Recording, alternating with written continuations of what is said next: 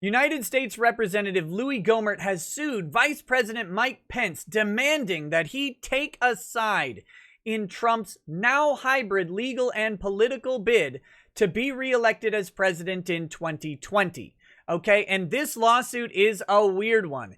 It covers a law from 1887 called the Electoral Count Act and specifically challenges that law as an unconstitutional restriction on the vice president's power under the 12th Amendment. What is that? Let's talk about it real quick. Let me pull up the relevant section of the 12th Amendment, and we're going to focus on the bottom portion of this text. The president of the Senate is the vice president in most cases. There's a weird contingency where it could be someone else, but it is the vice president. The president of the Senate shall, in the presence of the Senate and House of Representatives, open all the certificates, and the votes shall then be counted. That's all it says. The person having the greatest number of votes for president shall be the president. And then there's some procedures if there is a tie or some other things, but that is the ultimate thing. Open them and count them. That's it. Now, the Electoral Count Act has a bunch of other stuff tacked onto that, including like a check on it by some other people and rules about debates and such that could follow if there are challenges to those electoral counts. Louie Gohmert's lawsuit says that that is unconstitutional, that the vice president has the final say, and his final say is to merely open the elector ballots, count them, and announce the winner. Why is this important, though? If you'll remember a little bit earlier, not too long ago, several states actually had an alternate set of electors come in, vote on ballots, and submit them to the seat of government directed to Vice President Pence. The theory here is that Mike Pence, if he has enough discretion, could choose to read the alternate slate of electors as the valid slate of electors. This is a very long shot, but the question is, if he did that, what would the remedy be? Would you be able to even challenge it? According to the text of the 12th Amendment, it is in his sole authority. And now, there is a process to challenge electors that exists. That process is mostly codified in this act. So, if they're able to strike it down as unconstitutional, of course, that would put the entire presidency in the hands of the vice president every year. Presumably, there would be just alternate slates of electors from every state submitted. That's kind of the idea. Now, is that how this is going to pan out?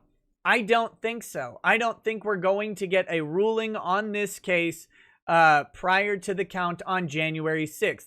It is certainly possible that it could be expedited and we could get a very fast judgment, and then it could be appealed very quickly directly to the Supreme Court. Well, it'd have to go through the appeals court and then up to the Supreme Court for review, and we might get some sort of ruling. I think that is unlikely, though. I think that the judge will simply, docket this case out past that or dismiss it outright. We'll have to see what happens with it. However, the political aspect of this is combined with the legal aspect of this. And that is that Mike Pence is the defendant and Louie Gohmert and some others are the plaintiffs, which means that Mike Pence has to respond to this lawsuit. He must respond to it at some point.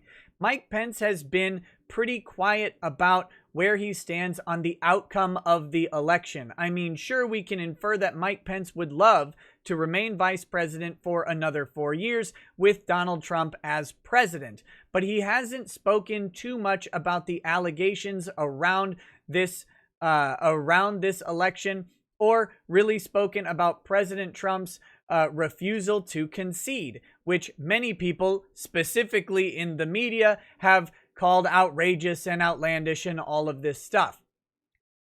That's the interesting thing about this lawsuit, is that now Mike Pence might have to respond and indeed pick a side on how he intends to proceed. And that will be an interesting clue as to what his idea is anyway. The entire idea of sending an alternate slate of electors to Washington, or an alternate slate of ballots from electors to Washington, that was the entire purpose of this, was to give the option, should it present itself, for those votes to be counted. Now, what happens currently if there is a dispute over the electoral votes that are sent in? Well, they can be disputed by one member of the House and one member of the Senate banding together and raising an objection to the papers. And then at that point, the House and the Senate go back to their own chambers. They will have 2 hours of debate around the challenge, and then they will vote. The interesting thing is, if they vote and the vote is split, that vote then goes back to whatever the vice president counted. So there's a weird potential, very unlikely possibility that Mike Pence would read the alternate slate of electors and read Donald Trump in as winning the presidency. Then what happens is it goes back to the House and Senate. If they agree to overturn what Mike Pence says, then the challenge throws out those electoral votes, and we would have, a contingent election or something like that potentially. If they disagree, then the ruling of the president of the Senate, who is the vice president, stands. Very interesting possible scenario. Again, I don't think people should get their hopes up on this, thinking that this is going to happen. This is a challenge to a very, very old law. The likely outcome from court would be to say, no way are we changing this or finding this unconstitutional, that there should be restrictions on the president. That is the likely outcome of all of the court stuff, if it even gets there. And as far as the political aspect of this and what Mike Pence will do on January 6th for reading the votes, I mean, that's up to him, but the most likely outcome is still that Mike Pence will just read the electors that were sent in. The real question we have is, were the electors duly selected and appointed by their legislature as required by the Constitution? And the alternate slates of electors were not selected by the legislatures, to my knowledge. Therefore, those votes themselves may be unconstitutional. This creates a potential for a very, very messy constitutional question.